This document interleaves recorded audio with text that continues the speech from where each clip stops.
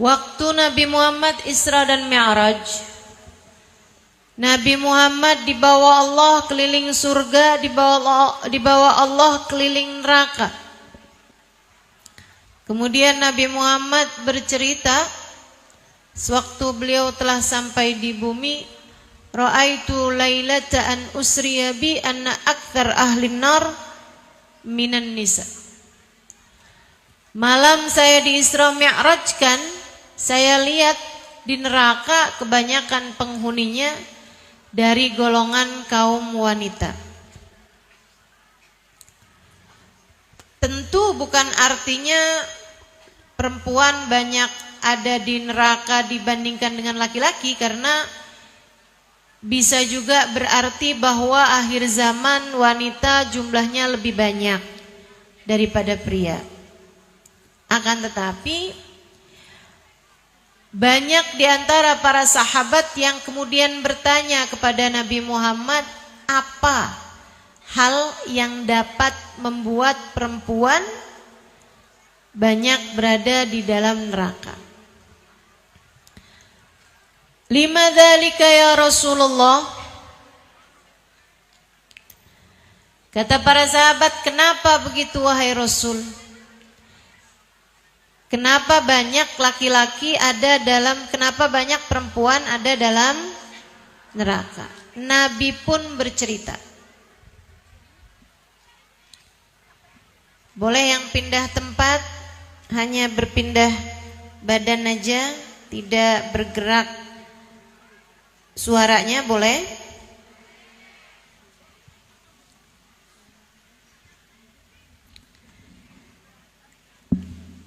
Kenapa banyak perempuan ada dalam neraka? Rasulullah, apa sebabnya? Apa yang menyebabkan perempuan berada dalam neraka?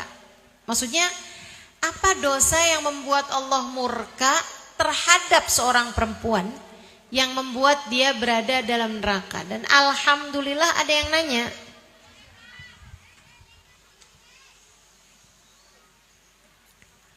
Karena dengan bertanya kita jadi tahu, sehingga semoga kita dapat menghindari agar tidak ada siapapun di antara kita yang menjadi salah satu di antara mereka yang Allah masukkan ke dalam neraka. Apa kata Nabi Muhammad alaihissalam? Dua sebab yang menyebabkan perempuan banyak ada di dalam neraka. Kata Nabi Muhammad bilang, li'annahunna yakthurnal la'nah wa yakfurnal ashirah. Sebab pertama, karena perempuan itu banyak melaknat, banyak ngata-ngatain orang, nggak pinter jagain lisan, nggak pinter jaga mulut. Sekarang ditambah nggak pinter jaga jempol dari komentar-komentar julid di internet, di media sosial. Ini yang menjadi penyebab banyaknya perempuan masuk dalam neraka. Kemudian yang kedua, li'annahunna yakfurna, karena mereka suka gampang ingkar, gampang kufur. Ayakfurna billah, apakah mereka ingkar kepada Allah? Nabi Muhammad menjawab, la bal minal ashirah, tidak, melainkan ingkar terhadap suaminya, terhadap keluarganya. In ahsantum bihinna sanah. Perempuan neraka nih, kalau suaminya berbuat baik padanya setahun, kemudian disakiti sekali, dia akan bilang sepanjang hidup sama kamu, kamu gak pernah berbuat baik padaku sama sekali. Kayak kebaikan setahun habis dibakar sama kejelekan dia sekali aja. Jadi dua hal inilah yang menjadi penyebab perempuan banyak berada dalam neraka. Dan kalau kamu mau lebih memperhatikan, dua hal ini pula lah yang banyak menjadikan rumah tangga juga serasa berada dalam neraka. Istri yang tidak pandai menjaga lisannya. Istri yang tidak pandai berterima kasih kepada suaminya. Dua hal ini yang banyak menjadikan rumah-rumah tangga serasa berada dalam neraka, tidak dapat menghadirkan surga dalam rumah tangganya. Makanya nih para istri, dengerin dengan baik, biar kamu tidak termasuk di antara yang menyesal ketika di hari akhirat nanti Allah Subhanahu wa taala tidak menyelamatkanmu. Jangan jadi orang yang menyesal. Kita mesti belajar nih di dunia, gimana caranya biar terhindar dari menjadi seseorang yang kelak layak dimasukkan Allah ke dalam nerakanya. Semoga semua yang hadir di sini jadi ahli-ahli surga. Yang jadi istri, yang jadi ibu, yang jadi anak, semoga semuanya jadi ahli surga. Semua yang hadir di tempat ini, semoga Allah Subhanahu wa taala memudahkan kita untuk menuju jalan ridhonya, menuju jalan surganya, menuju bahagianya dunia hingga akhirat insyaallah. Dunia hingga akhirat insyaallah. Dunia hingga akhirat insyaallah. Yang pertama, pandai-pandailah jaga lisanmu, Bu, Kak, Dek. Pandai-pandai jaga lisan. Rumah tangga sama. Rumah tanggamu di dunia, rumah tanggamu di akhirat sama. Sama-sama bermodalkan kepandaianmu menjaga lisan. Yang pintar jadi istri. Jangan suka ngomong kalimat-kalimat yang menyakitkan hati suami. Apa sih kalimat yang nyakitin hati suami? Suami tuh mendingan dibilangin, kok kamu jelek sih? Misal, jauh lebih mending loh dibilangin kayak begitu daripada dibilangin, sepanjang hidup sama kamu, saya selalu menjadi orang yang menderita. Kamu kenapa sih gak bisa kayak jadi suaminya orang gitu? Kenapa kamu gak kayak suami yang lain? Itu pada baik-baik sama istrinya. Kamu kok kayak gitu sih? Kerjaan kamu tuh nyakitin hati saya mulu. Tuh hati-hati tuh. Ucapan-ucapan yang begitu, kamu gak pernah berbuat baik padaku sama sekali.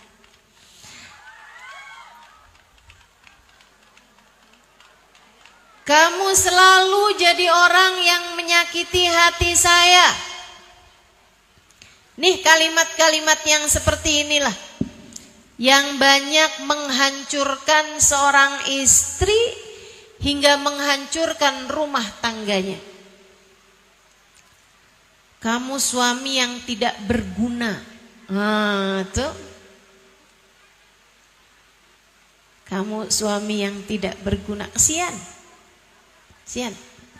Saya kesian sama suamimu.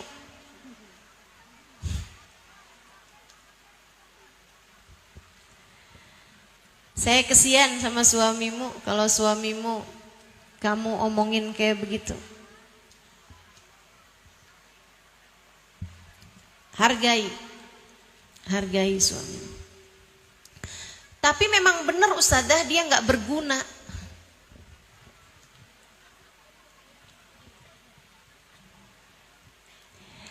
Seorang wanita yang mulia akan dapat memuliakan suaminya, siapapun suaminya.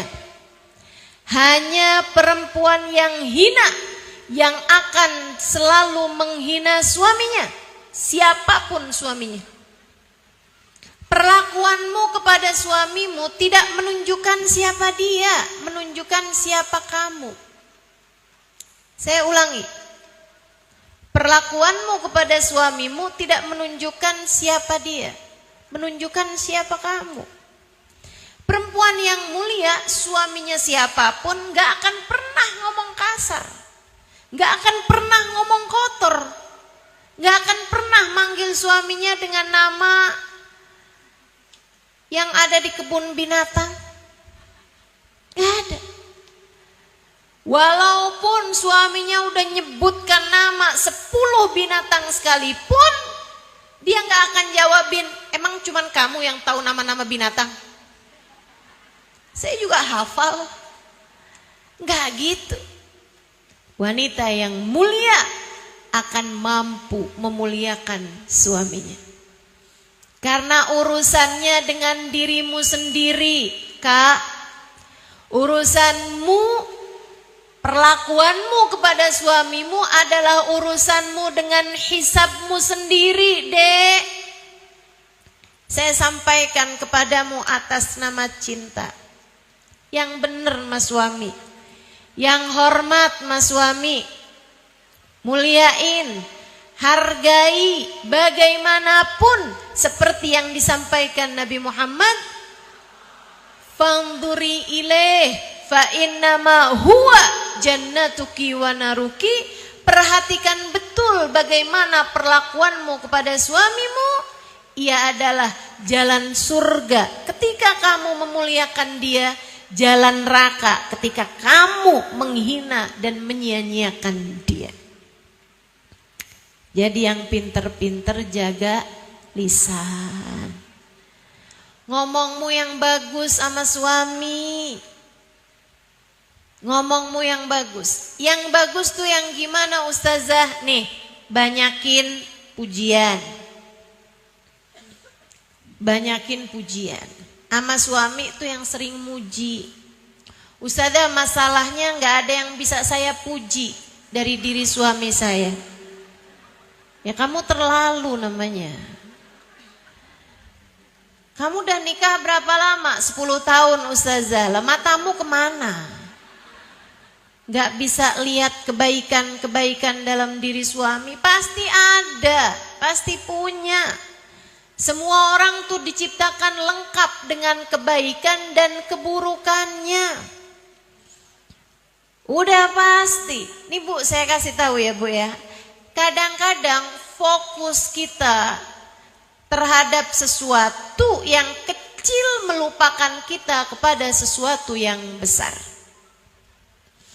Ada seseorang ngebangun tembok, bangun bangunan, bikin tembok, temboknya bata disusun-susun gitu. Habis selesai dia bangun, diliatin, oh cakep nih tembok yang udah saya bangun. Ada temennya lewat, nih tembok siapa yang bangun? Saya. Bagus kan? Ya tapi 2 batu bata ini miring nih. Oh iya ya. Ya ampun miring nih. Sedih dia liatnya. Sampai dia pamitan sama yang punya bangunan. Boleh gak nih saya rubuhin tembok yang ini karena ada 2 batu batanya yang miring. Jangan dong, kan kita udah keluarin modal banyak nih buat bangun tembok ini. Dia bilang tiap saya lewat tembok itu tiap hati saya sedih. Karena saya punya 2 batu bata yang miring. Sampai satu hari teman saya lewat, terus dia bilang, siapa yang bangun tembok ini? Saya. Bagus. Apaan? Ini 2 batu batanya miring. Emang berapa banyak batu bata yang udah kamu bangun di sini? 200. Dia bilang kalau kamu punya 200 batu bata yang miring 2, artinya kamu punya 198 yang bagus. Ini nih, kadang-kadang fokus kita sama 2 batu bata yang miring membuat kita lupa sama 198 yang lurus. Kita sama suami tuh sering kayak gitu. Kita sama anak kita juga sering kayak gitu. Kita sama orang tua kita juga sering kayak gitu. Kita sama diri kita aja suka kayak gitu. Fokus kita sama yang kurang, fokus kita sama yang salah. bikin kita lupa sama yang bagus-bagus, bikin kita lupa sama hal-hal baik yang datang dalam kehidupan kita.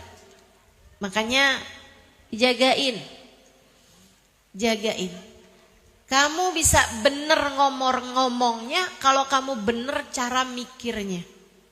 Bu, Kak, Dek, kalau kamu mikir bahwa semua ucapanmu akan ada hisabnya, kalau kamu berpikir bahwa ucapanmu kepada suamimu nanti di akhirat harus kamu pertanggungjawabkan di hadapan Allah, kamu akan belajar untuk bisa meluruskan lisan kamu, mulut kamu. Kamu gak bisa bilang, misalnya gitu ya, saya mau Ustazah emang ngomongnya kayak begini nih kasar tapi hati saya lembut. Dari mana? Isi lisanmu itu adalah isi apa yang keluar dari lisanmu adalah isi dari apa yang ada di dalam hatimu. Nih lisan kamu nih kayak mulutnya teko, Bu. Nih, teko nih di depan saya nih. Ini kalau misalnya isinya teh, nggak bakalan keluarnya susu. Betul nggak? Itu orang yang bilang, bahwa mulut saya sih kasar sih. Saya emang kalau ngomong kayak begini nih. Tapi hati saya tuh baik. Hati saya tuh lemah lembut. Itu sama aja kayak ngomong yang, jangan lihat ya, ini mah yang keluarnya emang oli, tapi dalamnya nih susu. Gimana ceritanya? Kalau yang keluarnya oli, berarti yang di dalamnya juga oli. Nggak bakalan berbeda. Makanya kalau kita perhatikan, ucapan-ucapan istri-istri solehah, itu indah terus. Indah terus. Masya Allah, Masya Allah. Saudaraku sekalian saya muliakan, guru saya Hubabah Nur, Hubabah Ummu Salim, istri dari Al-Habib Umar bin Hafiz.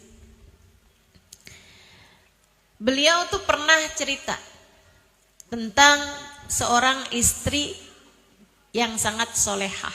Dia bilang di kampung saya, di Baydha, dulu ada satu keluarga punya sebuah perusahaan yang dikelola bersama keluarga besar. Abang-abang tuh semuanya pada kelola satu perusahaan. Nah, si perusahaan ini dipegang sama abang yang salah satu dari saudara-saudara mereka lah. Meninggal dunia saudaranya. Ada istri, ada anak-anaknya. Habis suaminya meninggal, si saudara mereka ini meninggal, mereka rapat bersama-sama. Ini jandanya saudara kita nih jangan sampai kawin sama orang lain. Nanti kalau kawin sama orang lain, urusan perusahaan, urusan warisan jadi ribet. Karena orang lain masuk dalam keluarga kita.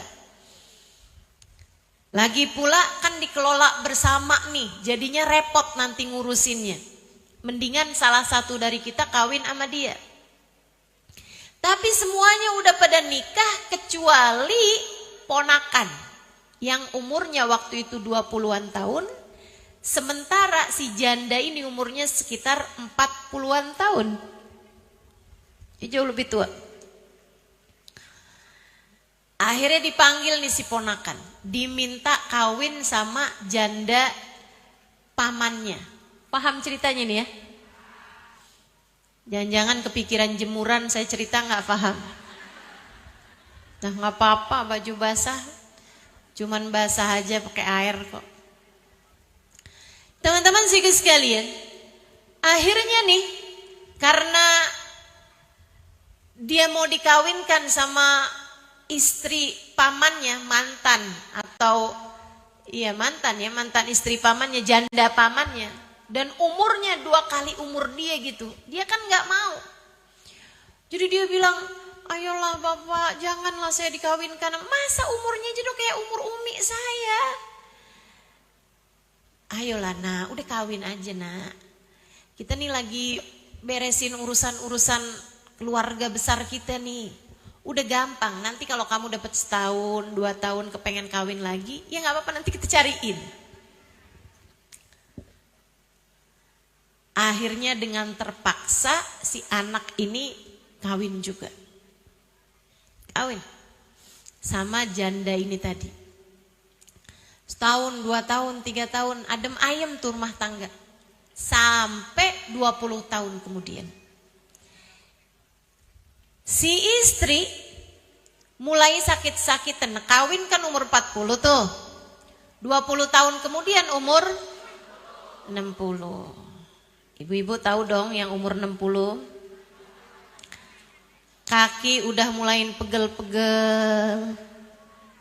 Di samping tempat tidur dulunya parfum wangi-wangi, sekarang pertolongan pertama pada kecelakaan.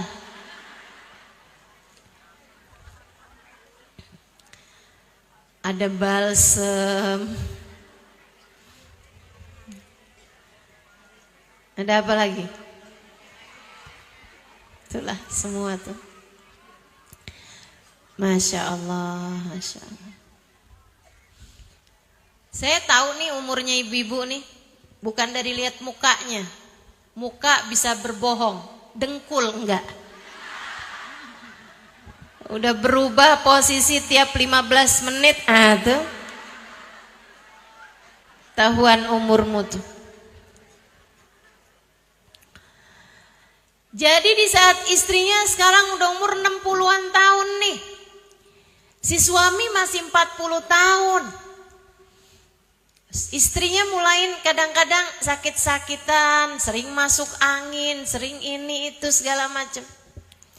Jadinya ayahnya suaminya, ya, yang dulu ngawinin tuh, manggil si anak ini. Kemudian bilang, "Nak, katanya istri kamu sekarang udah mulai sering sakit-sakitan." "Iya ya, doain ya, kesian." "Nak, kalau kamu mau kawin lagi gak apa-apa kok. Kamu tinggal sebut aja, nanti kita lamarkan dia. Dan nanti istri kamu biarkan ibu kamu yang ngomongin. Gak apa-apa.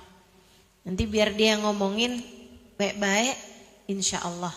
Sebagai perempuan yang soleha, mungkin dia mau denger gitu, gak apa-apa." Apalagi kan mengingat suaminya masih muda ini tadi gitu kan ya. Dan juga sekarang udah sakit-sakitan gitu si istrinya. Tapi ternyata jawaban suaminya luar biasa. Si anak tadi nih dia bilang, "Jangan ayah, jangan. Saya gak sampai hati untuk melakukannya." Dia bilang, "Kenapa memangnya, Nak?" Dia bilang, "Dari awal-awal nikah sampai dengan sekarang, saya gak tahu mukanya dia kalau lagi cemberut kayak gimana. Tiap kali saya lihat dia tersenyum. Tiap kali saya panggil dia bilang, 'Lebek Habibi.' Gak apa-apa sayang, gak apa-apa." Dia membuat saya menjadi setara raja. Bagaimana mungkin saya tidak membuat dia menjadi seperti ratu? Dia bilang dia adalah istri yang sampai dengan sekarang saya tidak pernah mendengarnya berkata tidak kepada saya. Gak pernah ngomong keras, gak pernah ngomong kasar. Dia bilang dia selalu tersenyum, dia selalu berkata, "Lebek Habibi, lebek Habibi." Masya Allah. Wanita yang seperti ini ayah, saya tidak mau menjadi lelaki jahat yang meninggalkannya di saat dia dalam keadaan sakit. Masya Allah. Yuk, perempuan, jadilah soleha. Pinter-pinter jaga lisan. Pinter-pinter jaga lisan. Ngomong yang bagus, puji suami, rayu suami, halal asal suamimu sendiri.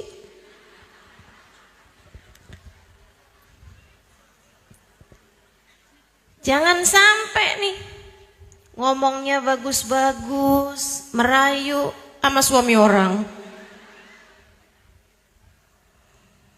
Jangan. Sama suamimu sendiri tuh. Kadang-kadang kalau ngomong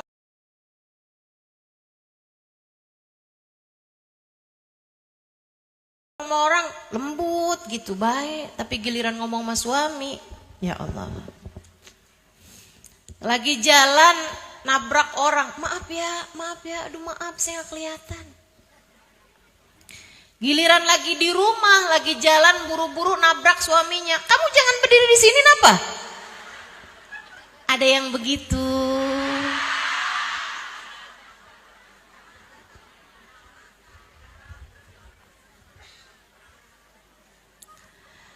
Kalau ada orang nih sama orang lain, dia ngasih kamu tempat duduk misalnya di bis, makasihnya sampai nggak kelar-kelar.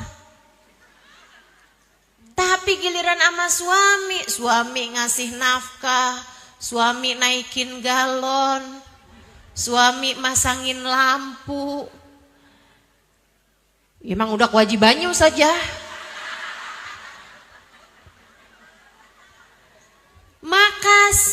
Makasih, apa susahnya sih?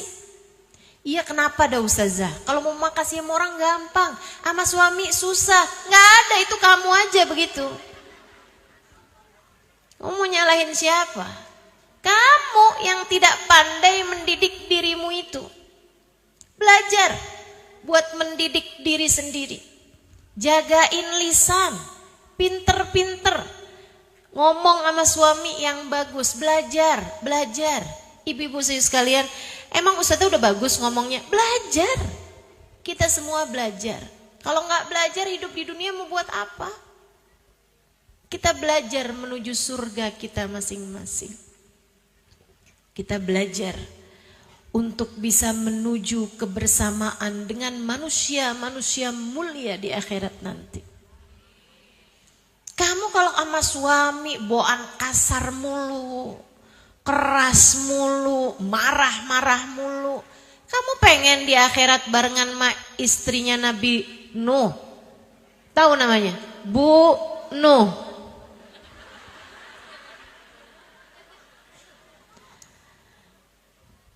Jangan sampai di akhirat kita bersama dengan orang-orang yang dimurka Allah Subhanahu wa taala. Kata Nabi Muhammad sallallahu alaihi wasallam, "Ayyuma imra'atin qalat li zawjiha ma ra'ait fika khairan qad tahwi biha fi nari jahannam sab'ina kharifa." Kalau ada seorang perempuan berkata pada suaminya, "Kamu enggak pernah berbuat baik padaku sama sekali. Kamu gak pernah nyenengin hati saya. Sepanjang hidup mah kamu sengsara mulu saya, menderita mulu saya. Kamu selalu menyakiti hati saya." Kata Nabi Muhammad, ucapan itu menjadikan seorang perempuan, seorang istri terjerumus neraka jahanam 70 tahun lamanya. Kita gak mau di akhirat diseret ke neraka oleh lisan kita sendiri. Jangan sampai. Di akhirat kita ditarik ke neraka sama lisan kita sendiri. Karena ngomongnya gak bagus, ngomongnya gak benar. Saudariku sekalian yang saya muliakan, dan kalau bicara ngomong bagus, ngomong benar, berterima kasih, memuji, berkomentar yang baik-baik, yang harus mendapatkan kebaikanmu itu adalah orang yang paling dekat denganmu. Tentu saja adalah suamimu, anak-anakmu, orang tuamu. Katakan pada suamimu, andai waktu bisa kuulang, tak akan kupilih pasangan selain dirimu.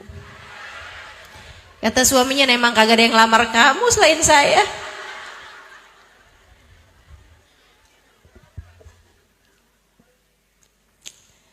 Sampaikan pada suamimu, ada banyak hal yang saya sesali. Dan menikah denganmu bukan salah satunya. Ada banyak hal yang saya syukuri. Dan menikah denganmu adalah nomor satunya. Enak banget tuh. Ayo dah, belajar. Belajar teman-teman, belajar. Belajar buat ngomong yang bagus sama suami. Insya Allah. Kamu adalah hadiah paling manis yang Allah berikan dalam hidup saya.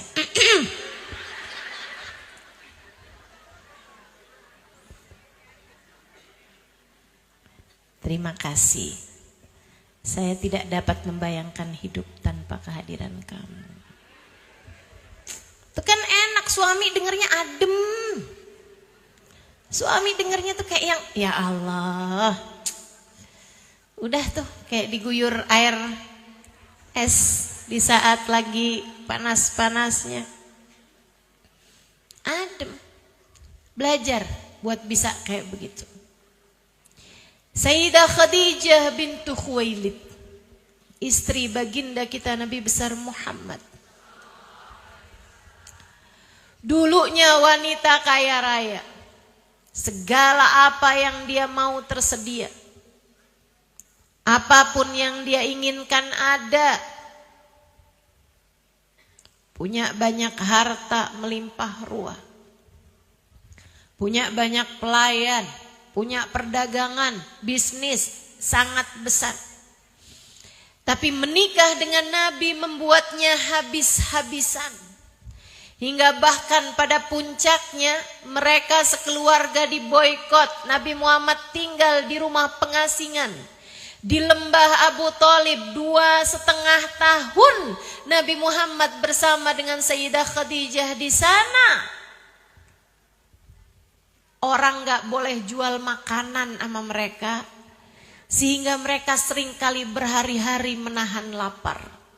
Sayyidah Khadijah kadang dapat minuman susu diberikannya kepada Nabi Muhammad. Sayyidah Khadijah bilang, saya enggak perlu Rasulullah, minumlah. Sayyidah Khadijah berkata, kuntu amshi amyalan. Saya terkadang berjalan bermil-mil jauhnya hanya untuk sekedar mencari makan. Lapar yang tak mampu kukuasai membuatku terpaksa makan dari daun-daunan hijau. Jalan bermil-mil nyari apaan aja, ketemu rumput dimakanin sama Sayyidah Khadijah. Kata Sayyidah Khadijah, sampai saya ngerasain gigi-gigi saya tambah hari tambah tajam. Kebanyakan ngunyahin rumput. Saudariku sekalian, sampai badan Sayyidah Khadijah hanya tinggal tulang berbalut kulit belaka. Di saat-saat seperti itu, Nabi Muhammad pernah berkata kepadanya, aku merasa malu padamu Khadijah. Dulu aku menikah denganmu sedangkan kamu adalah seorang perempuan yang kaya raya. Sekarang kamu menjadi miskin papa. Aku malu padamu Khadijah. Dulu aku menikah denganmu sedangkan kamu adalah perempuan yang dimuliakan kaummu. Sekarang kamu bahkan dihina dengan sampai sedemikiannya wahai Khadijah. Aku malu padamu. Aku menikah denganmu sedangkan kamu adalah seorang perempuan yang cantik cerita. Sekarang maafkan aku Khadijah. Maafkan aku Khadijah. Jadi tinggal tulang barut kulit belaka teman-teman. Apa jawab Sayyidah Khadijah? Beliau tersenyum kemudian berkata, ya Rasulullah, jangan pernah merasa begitu wahai Rasul. Engkau harus tahu. Sejak aku menikah denganmu telah kujadikan hidupku, hartaku, tenagaku, bahkan nyawaku ku persembahkan untukmu ya Rasulullah. Nih perempuan model begini. Pantas jika Allah membangunkan untuknya sebuah rumah di surga. Jaminan dari Allah Subhanahu wa taala yang Allah sampaikan lewat malaikat Jibril kepada baginda kita Nabi besar Muhammad sallallahu alaihi wasallam. Bu, kamu jangan mikir ya Khadijah jadi Khadijah, suaminya kan Nabi Muhammad. Saya gimana mau baik Ustazah, suami saya modelannya kayak gitu. Ibu-ibu saya sekalian, berbulan-bulan gak dapat makanan yang layak dimakan. Hanya sesekali dikirimin susu, diminum. Hanya sesekali mendapatkan kiriman roti-roti kering, dimakan. Kemudian jagain lapar lagi sampai berhari-hari lagi. Kamu sanggup? Kamu sanggup? Sayyidah Khadijah bersama dengan segala kesusahannya dalam kehidupan. Sayyidah Khadijah bersama dengan segala lara, duka, air mata, perjuangan.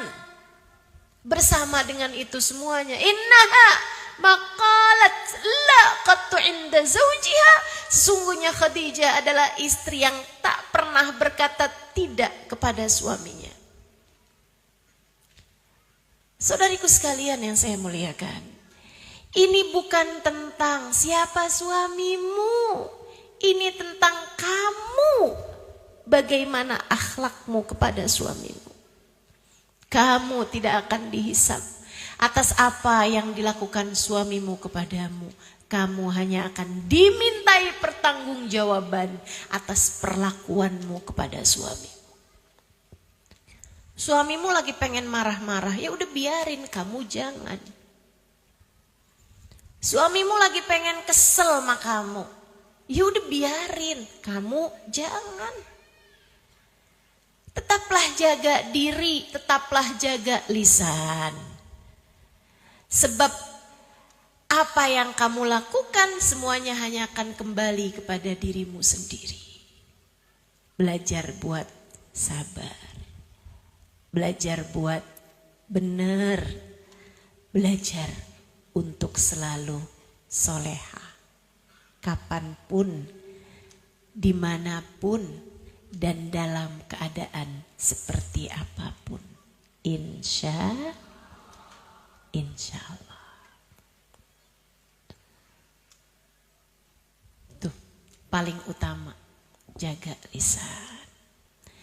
Pengen menghadirkan surga dalam rumah tanggamu, mesti pinter-pinter jagain lisan.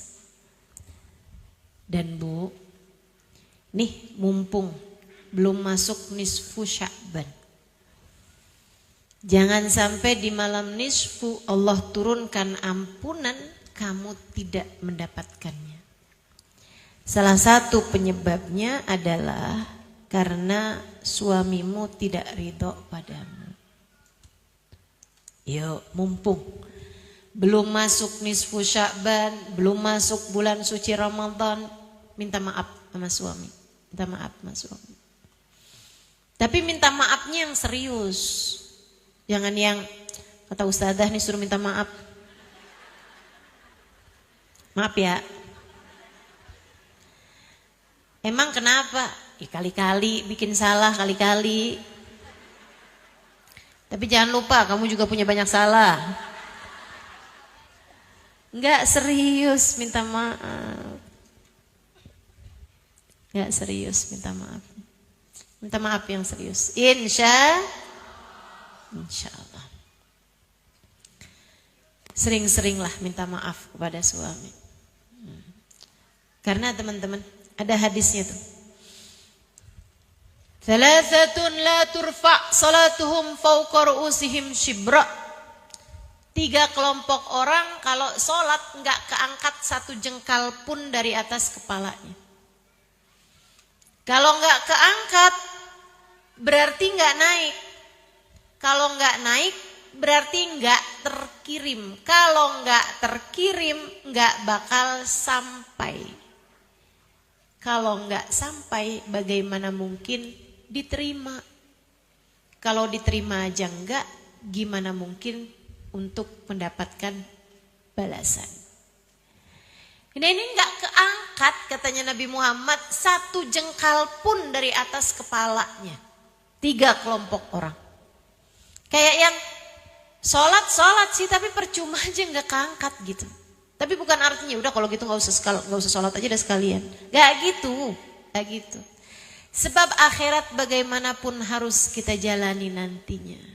Dan kalau bukan hidup yang sekarang di dunia, hidup yang mana lagi yang akan kamu pakai untuk mencari bekal buat akhiratmu nanti. Harus hidup yang sekarang. Makanya harus benar-benar nyari bekal. Jangan termasuk 3 kelompok orang ini. Siapa mereka wahai Rasul? Yang pertama kata Nabi Muhammad, man amma qauman wa hum lahu karihun. Siapa yang memimpin satu daerah dan rakyatnya, warganya benci kepada dia karena kezaliman yang telah dia lakukan. Yang jadi pemimpin tapi nggak dicintai sama rakyat karena kezalimannya, ya, karena kezalimannya. Kalau dia udah bikin baik, udah nggak korupsi, udah bener, tapi ternyata rakyatnya masih nggak suka, itu urusan beda lagi. Tapi kalau dia udah berbuat, tapi memang dia berbuat yang zalim gitu, ya berbuat keboliman sehingga akhirnya rakyatnya, warganya benci kepada dia, itu kalau sholat 1 jengkal pun tak terangkat dari dirinya. Yang kedua kata Nabi Muhammad, imra'ah batat wa zawjuha 'alaiha sakhit. Seorang istri melewati waktu malam sedangkan suaminya tidak ridho kepadanya.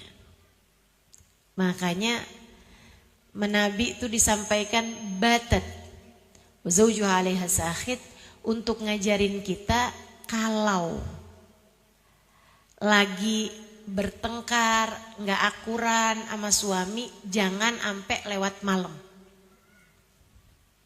Sebelum tidur, sebelum malam tuh dibaikin gitu. Udah, nggak usah kelamaan. Nggak akurannya nggak usah kelamaan, baik-baikan aja. Kamu deketin suamimu, terus kamu bilang, mana jari jentiknya? Emang kenapa? Baikan ya. Takut sampai datang waktu malam dia nggak ridho sama kita, yang masalah kita teman-teman. Itu kata Nabi Muhammad alaihissalam, ayyuma imra'atin batat wa zawjuha 'alaiha sakhit la'anatha al-malaika hatta tusbih. Kalau ada seorang perempuan datang waktu malam, suaminya sedang marah kepadanya, sampai pagi suaminya masih marah kepada dia, dilaknat sama malaikat. Perempuan tersebut dilaknat sama malaikat. Ustazah, kok nggak adil ya kalau istrinya yang lagi marah suaminya dilaknat malaikat? Gak Ustazah? Enggak. Kok nggak adil gitu Ustazah? Teman-teman sekalian, saya dulu juga mikirnya kayak gitu. Oh kayaknya Nabi nggak sayang ya sama kita ya. Kita disuruh baikin melaki, suruh jangan sampai datang waktu malam, kita nggak minta maaf sama dia, gitu. Tapi abisnya saya jalanin, karena hadis ini saya jadi takut memalamkan masalah sampai besok pagi. Suami marah malam tuh saya takut. 1, takut dilaknat malaikat. Kayaknya percuma kalau saya sholat ini sholat itu, gak bakalan keterima juga gitu. Yang kedua saya takut mati.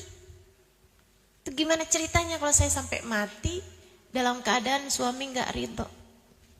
Yang namanya kematian kan bisa datang kapan waktu. Walaupun alhamdulillah sampai sekarang masih hidup. Karena hadis ini nih, saya jadinya takut buat memalamkan masalah. Saya berusaha untuk menghindarkan gengsi, menekan emosi, minta maaf kepada dia. Saudaraku sekalian saya muliakan, dan begitu minta maaf, saling baik-baikan, udah tuh enak, bisa tidur nyenyak, ya kan? Besok pagi bangun lebih ceria gitu. Alhamdulillah. Nabi Muhammad memang luar biasa. Bu, kelihatannya tuh kayak yang, kok Nabi gak ngebelain kita yang perempuan ya? Disuruhnya kita minta maaf. Ibu, yang susah maafin tuh kita. Coba tuh, kamu bayangin, kamu inget-inget deh. Kalau suamimu lagi marah terus kamu datang, maaf ya, tadi tuh saya tuh kebawa hawa nafsu, bawa emosi, maaf ya. Maaf ya. Apa yang suamimu bilang? Iya udah gak apa-apa. Gitu paling. Betul gak? Coba kamu inget-inget. Seingat saya gak gitu Ustazah. Kamu punya suami? Enggak. Saya gak nanya sama kamu. Rata-rata tuh suami kayak begitu. Tapi kalau suaminya yang minta maaf sama istri, maafin ya? Enggak. Ayo dong maafin. Enggak. Kita tuh susah. Semakin dimintain maaf, semakin egonya naik-naik terus. Bukan begitu? Makanya teman-teman, kecuali nih, saya mau kasih tahu juga nih sama para suami nih. Kalau mau minta maaf sama istri tuh gampang. Maaf ya, enggak. Saya udah transfer tuh tadi.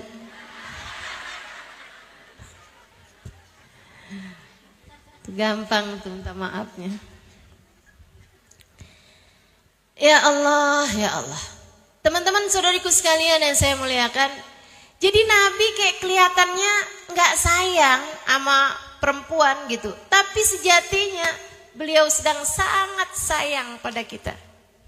Nabi gak mau kita mengendap kemarahan-kemarahan. Nih saya kasih tahu teman-teman. Rasa yang tidak terluahkan hanya akan mengendap di memorimu dan menjadi penyakit di kemudian hari. Rasa-rasa negatif yang tidak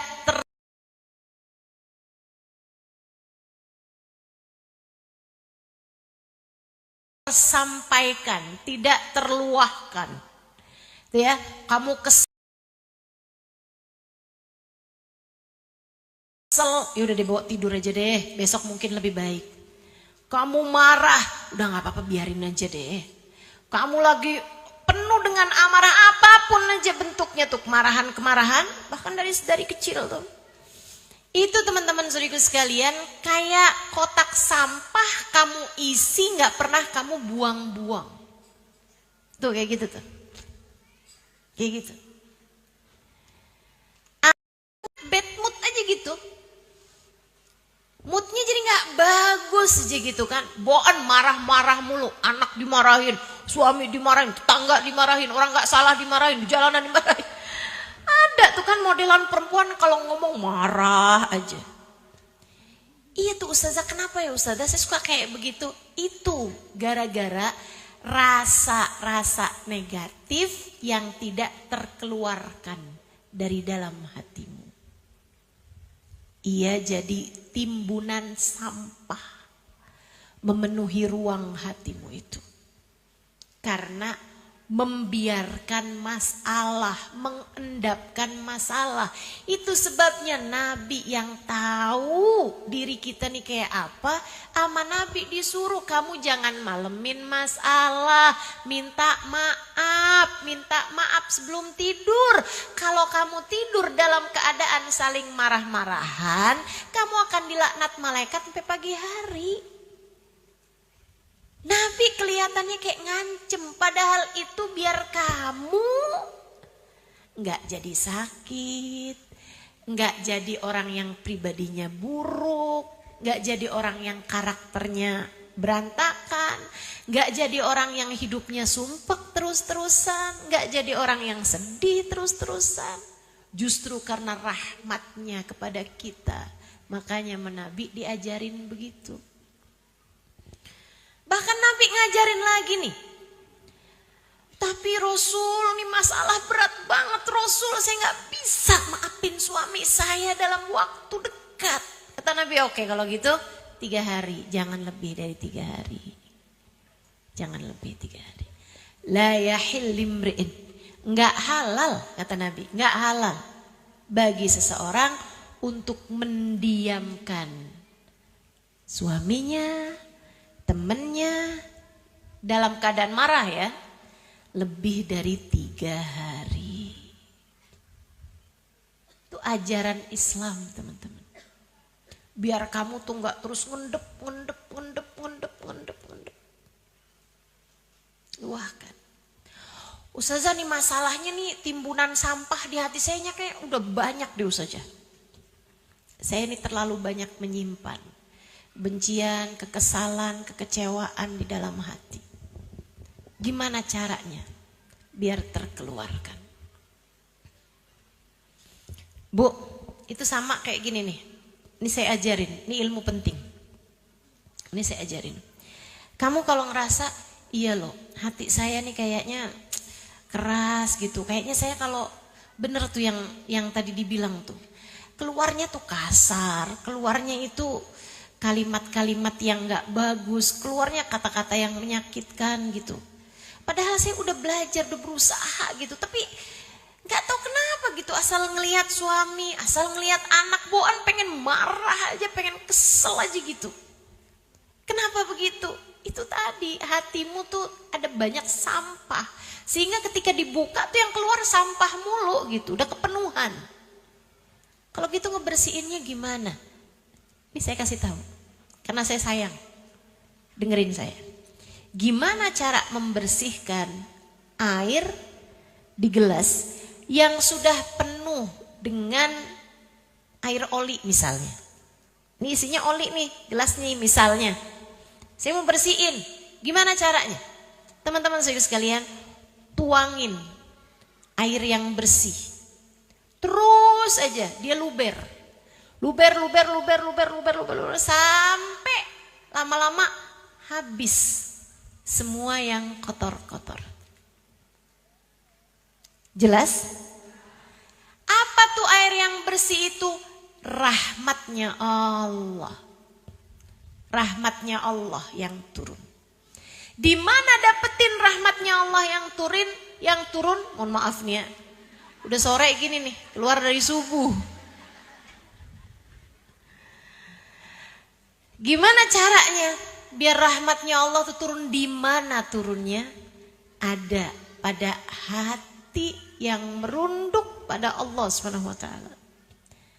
Ada di majelis-majelis, pertemuan-pertemuan yang baik, di sholat malammu, di waktu kamu baca Al-Quran, di waktu kamu kangen sama Nabi Muhammad, saat bersolawat kepada Nabi Muhammad, tuh lagi dituangin. Apa cirinya? Saudaraku sekalian, apa cirinya? Kalau air tadi itu udah luber, cirinya keluar air.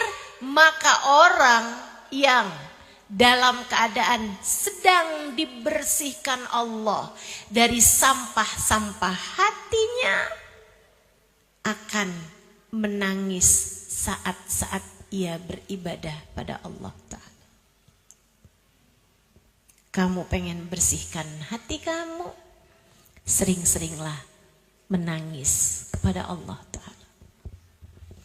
Sering-seringlah mengalirkan air mata. Entah karena merasa malu kepada Allah, entah karena merasa takut atas dosa-dosa yang telah kamu lakukan. Bukan nangis karena nonton drakor. Bukan. Nangis karena rindu kepada Allah.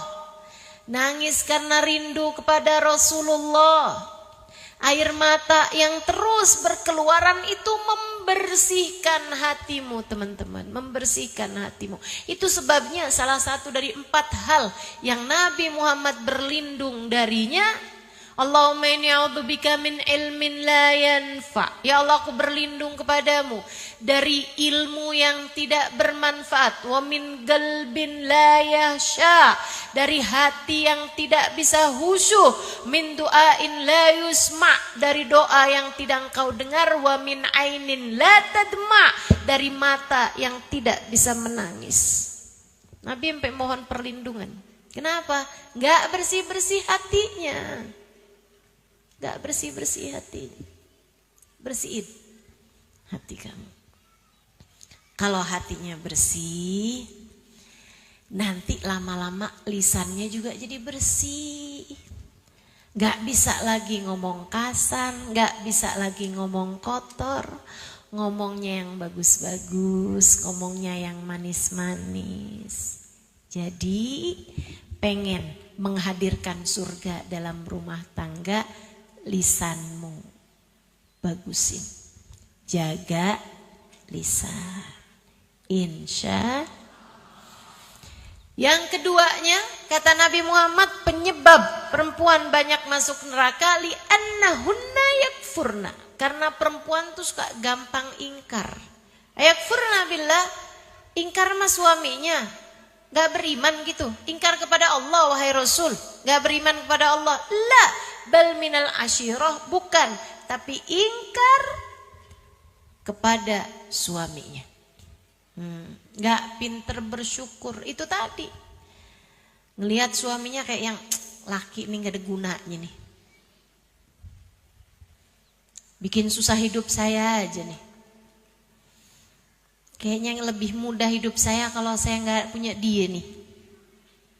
Gimana nih cara saya mengenyahkan dia dalam kehidupan saya? Astagfirullah. Pandai-pandailah berterima kasih. Mesti belajar, terus belajar, terus belajar. Lihatin kebaikan-kebaikan dia dan berterima kasihlah. Dihargain. Berterima kasihnya tuh disampaikan apa enggak? Lebih bagus jika disampaikan. Makasih ya. Kenapa makasih? Ya kamu udah transfer. Ya kan biasanya juga saya transfer. Ya makasih. Makasih. Kan ada juga yang enggak mau transfer. Kamu mau transfer. Alhamdulillah, makasih ya saya. Mudah-mudahan rezeki kamu tambah berkah. Enggak, maksud saya ngajarin kamu ngomong gitu sama suami. Saya enggak lagi doain kamu. Nih ibu-ibu nih kalau urusan rezeki berkah, amin. Rezeki banyak. Tuh kan? Masya Allah, enggak bisa dengar urusan rezeki tinggal amin aja ibu. Kamu ngomong gitu sama suaminya. Sama suaminya. Yang sering bikin istri gak bisa terima suami, gak bisa terima kasih sama suami, itu gara-gara urusan finansial, urusan ekonomi. Betul ya? Dia tuh ustazah gak pernah bisa bawa saya jalan-jalan ke luar negeri. Dia tuh ustazah gak bisa beliin saya rumah, gak bisa beliin saya kendaraan. Saya tuh miskin aja hidup sama dia. Misalnya gitu. Jadi susah terima kasihnya. Saudaraku sekalian yang saya muliakan, kalau masalahnya adalah masalah ekonomi, pernah gak kamu kepikir begini nih? Jangan-jangan karena nikahnya sama perempuan kayak saya, Allah susahkan rezeki bagi suami saya. Pernah gak kamu mikir kayak begitu? Gak pernah kan? Padahal yang namanya rezeki itu Allah tuh ketika jadikan rezeki suami lancar untuk memberi nafkah kepada istrinya, itu sebenarnya Allah juga sedang memberi rezeki kepadamu gitu. Lewat jalan suami. Nah kalau kemudian rezekinya seret, enggak semestinya kamu salahkan suami kamu. Berarti salahkan Allah ustazah. Betul. Tapi lewat introspeksi. Kenapa Allah memberikan rezeki kepada saya nih susah? Kenapa? Bukan artinya salahkan Allah ya ini ya. Jangan salah paham. Maksud saya itu yang memberi rezeki yang seret itu adalah Allah Subhanahu wa taala. Kamu tinggal introspeksi. Jelas kok Allah ngasih panduan masalah rezeki itu jelas. Kata Allah Subhanahu wa taala, "A'udzu billahi minasyaitonir rajim. Man yattaqillaha yaj'al lahu makhraja wa yarzuqhu min haitsu la yahtasib. Wa man yatawakkal 'alallahi fahuwa hasbuh. Innallaha balighu amrih. Qad ja'alallahu likulli syai'in qadra." Kata Allah Subhanahu wa taala, siapa yang bertakwa kepada Allah, artinya menjalankan perintah Allah, menjauhi larangan Allah, yaj'al lahu makhraja.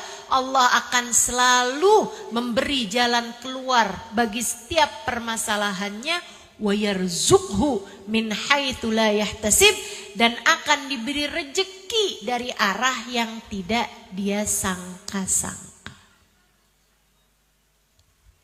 Gitu, takwa sama Allah. Jadi kalau rezeki seret, coba diingat-ingat. Coba diingat-ingat. Gimana kabarmu sama sholat-sholatmu? Gimana kabarmu sama lisanmu? Kamu kebanyakan ngomongin orang kali. Makanya rezekinya akhirnya jadi seret. Katanya Fudail bin Iyad atau Ibrahim bin Adham, salah satu dari ulama-ulama soleh. Sebelum kita mengatakan, kalau kamu lihat rezekimu susah, kalau kamu lihat kamu berat buat mengerjakan ibadah, pasti disebabkan karena dosa yang telah kamu lakukan sebelumnya. Ustazah, apa artinya orang-orang yang rezekinya pada lancar-lancar itu karena mereka bertakwa sama Allah, Ustazah? Belum tentu juga. Ada juga yang istidraj dari Allah, macam-macam. Akan tetapi kalau kamu dikasih rezekinya itu seret, bisa jadi karena itu masalahnya. Bisa jadi. Cobain yang takwa. Kalau kamu saat suamimu tidur, kamu di sampingnya malah WhatsAppan sama mantan pacar kamu zaman SMA. Kemudian kamu ngarep rezeki kamu lancar. Gimana ceritanya? Saudariku sekalian yang saya muliakan. Terus kamu bisa-bisanya bilang sama mantan kamu, transferin dong.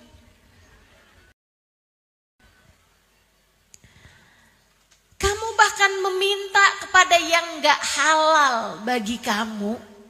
Teman-teman sekalian, minta sama yang halal aja bukan perbuatan yang baik, apalagi minta kepada yang halal bagimu. Kamu sudah membiarkan hatimu mengerjakan perbuatan dosa yang begitu besar, kemudian kamu berharap Allah memberikan rezeki kepadamu dengan mudah, rezeki yang berkah. Ya susah teman-teman, susah. Yuk, benerin.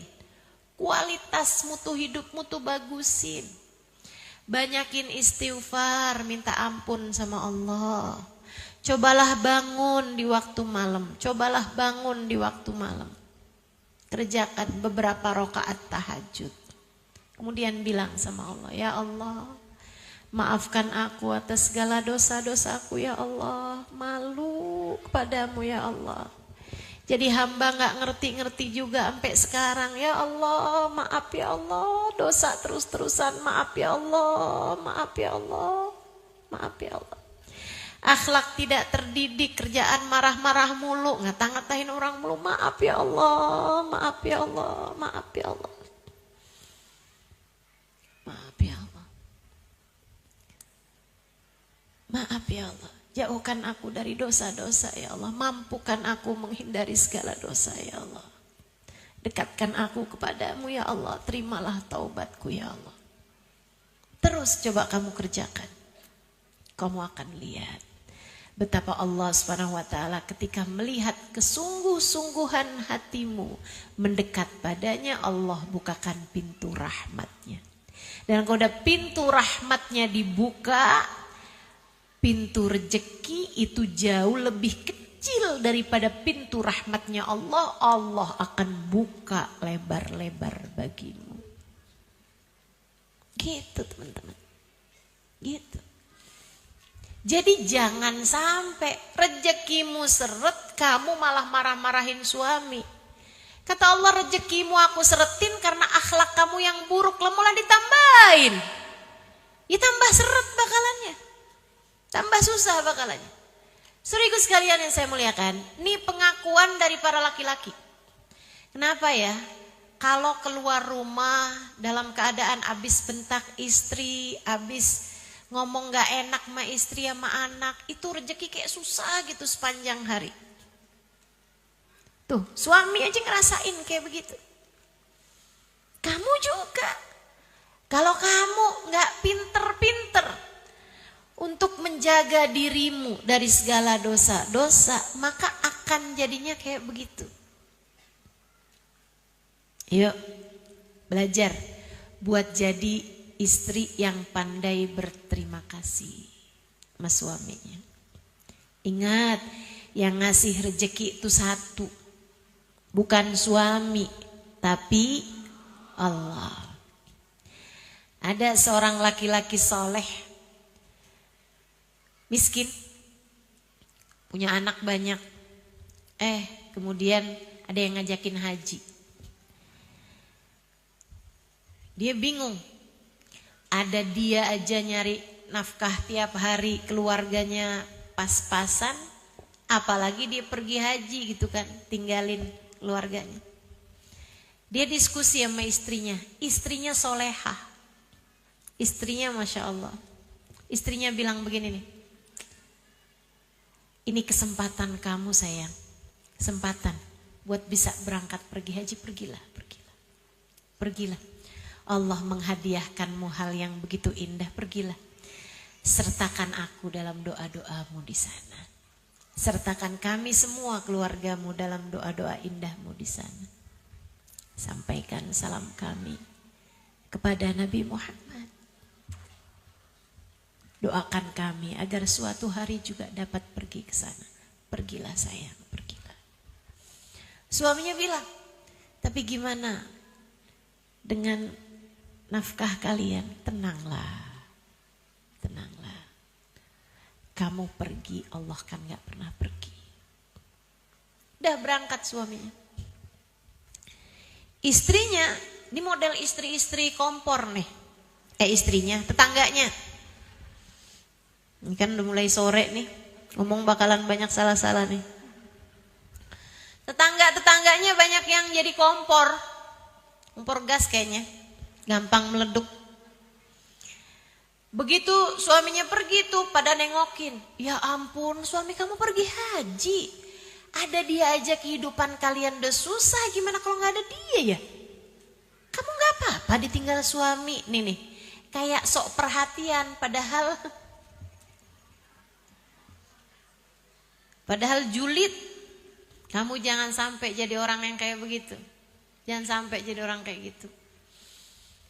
Tapi si perempuan solehah, perempuan beriman kepada Allah Subhanahu wa taala, faham pemberi rezeki cuma satu, namanya emang kamu gak susah ditinggal suami kamu pergi haji kayak begitu, gak ninggalin apa-apa buat kalian? Istrinya sambil tersenyum dia bilang, susah kenapa? Yang pergi kan tukang makan rezeki, yang ngasih rezeki kan gak pernah pergi. Tangannya langsung yang Dhahaba akilur rizq wa baqir razzaq. Dia bilang, kenapa harus bersedih hati? Yang pergi hanyalah tukang makan rezeki, sang pemberi rezeki tak pernah pergi. Gitu. Hidup dunia mah cuman segini-gini aja, Bu. Hidup dunia mah cuman segini-gini aja, Kak. Kamu ngarep apa juga dari kehidupan dunia yang cuman segini-gini ini nih? Gak ada yang bisa diharap. Dunia mah kayak gini-gini aja. Iya kan? Kamu pengen punya apa sih sampai segitunya? Suami kamu hina-hina, suami kamu gak bolehin. Kalau gak bawa duit jangan pulang sekalian. Apa yang mau kamu kejar teman-teman? Walaupun punya uang sebanyak apapun, kalian gak akan bisa makan lebih daripada seukuran lambung sendiri. Kamu walaupun punya duit sebanyak apapun gak akan pakai baju kecuali selapis. Mau pakai baju berapa lapis? Hah? Oh duit saya banyak, saya pakai baju sekalian A7. Ada yang mau kayak begitu? Gak ada. Saudariku sekalian yang saya muliakan, mau apa juga dari kehidupan dunia ini? Kalau kamu punya ya alhamdulillah dinikmati. Kalau gak punya gak usah sampai segitunya. Sampai nyari yang haram-haram buat kamu kejar. Dunia ini akan ada akhirnya saudariku sekalian. Begitu kamu mati berlianmu gak akan kamu bawa masuk dalam kuburan. Begitu kamu meninggal dunia, semuanya hanya akan kamu sisakan untuk yang hidup. Apa yang kamu punya tak akan lagi menjadi milikmu. Maka belajarlah untuk berterima kasih kepada rezeki yang telah Allah Subhanahu wa taala berikan kepadamu. Berterima kasihlah kepada Allah atas limpahan rezeki yang Allah berikan kepadamu. Bu, alhamdulillah. Mata bisa lihat, telinga bisa dengar, mulut bisa ngomong. Betul? Alhamdulillah, kaki masih bisa digerakkan, tangan masih bisa bergerak. Alhamdulillah. Ibu mau jual mata 1 miliar? Gak mau kok. Udah, nikmatin aja hidupmu. Saya banyak ketemu orang-orang kaya gak bahagia-bahagia amat juga. Bu, biasa-biasa aja. Biasa-biasa aja. Maka udah aja. Semuanya disesuaikan. Saya sering sampaikan, sesedikit apapun uang yang kamu punya cukup untuk membiayai hidupmu. Sebanyak apapun uang yang kamu punya nggak akan cukup untuk membiayai gaya hidupmu. Maka kalau hidup pengen tenang jangan banyak gaya. Disesuaikan. Insya Allah. Kali lagi yang punya rezeki, yang ngasih rezeki namanya. Dah. Saya mau ajarin ibu kalau masuk rumah baca ayat kursi. Bikin hati jadi adem, rumah tangga jadi damai. Ya, kita dengerin adzan dulu. Itu adzan? Dengerin adzan, ada beberapa tips yang akan saya sampaikan sesudah ini.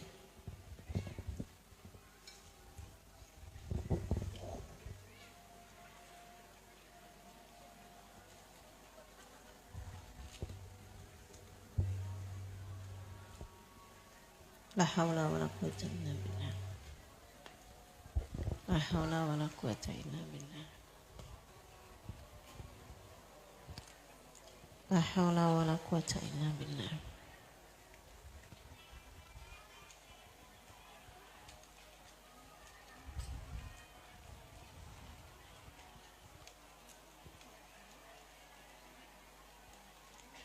Haula wala quwwata illa billah.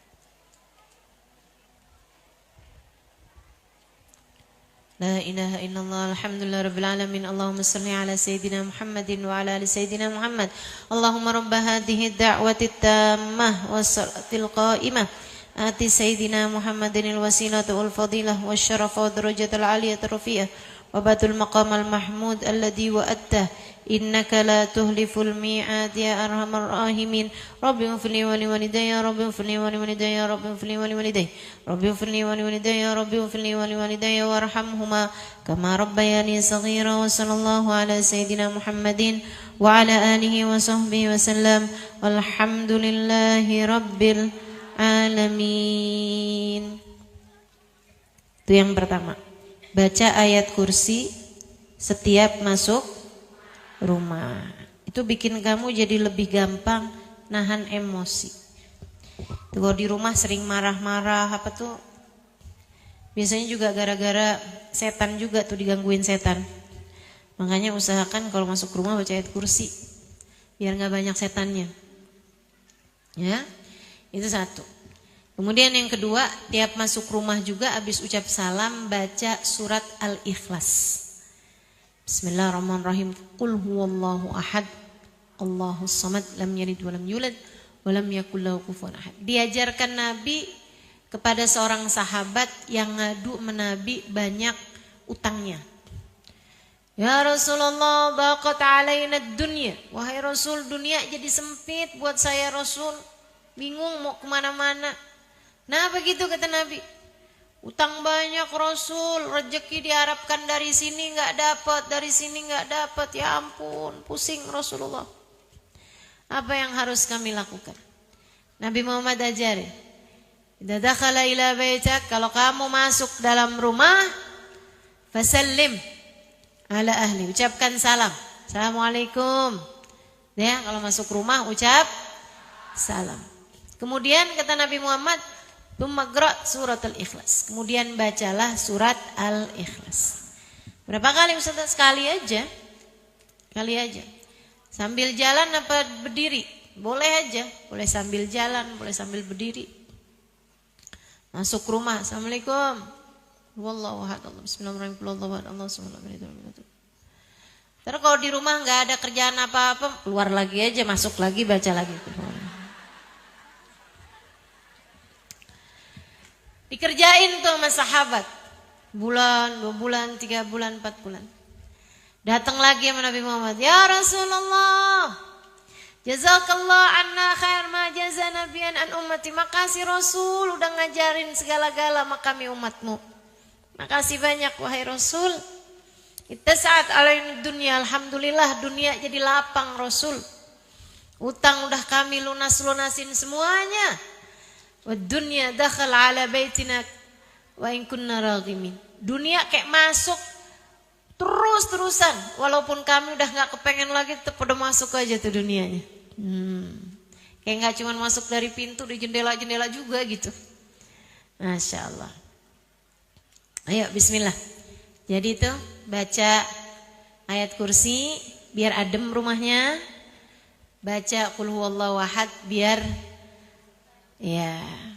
melimpah rezekinya. Gitu ya. Ustaz tuh udah baca kulhu nih, masih seret-seret juga. Introspeksi diri coba. Ini kan, inget-ingetin dosa apa nih yang masih terus-terusan kamu kerjakan. Begitu. Saudaraku sekalian yang saya muliakan, kemudian saya ajarin lagi nih. Enak nih saya ngajarin ilmu-ilmu yang enak buat diamalkan. Kamu kalau lagi ada masalah sama suami, ya, tiap masuk rumah, tiap masuk kamar, kamu baca ayat laqad ja'akum rasulun min anfusikum azizun 'alaihi ma 'anittum harisun 'alaikum bil mu'minina raufur rahim. Baca tiap masuk kamar. Kamarnya siapa? Ya kamarmu. Kamar tetanggamu. Kamar kamu sama suami tuh. Masalahnya kami udah pisah ranjang Ustazah. Nah itu dia tuh.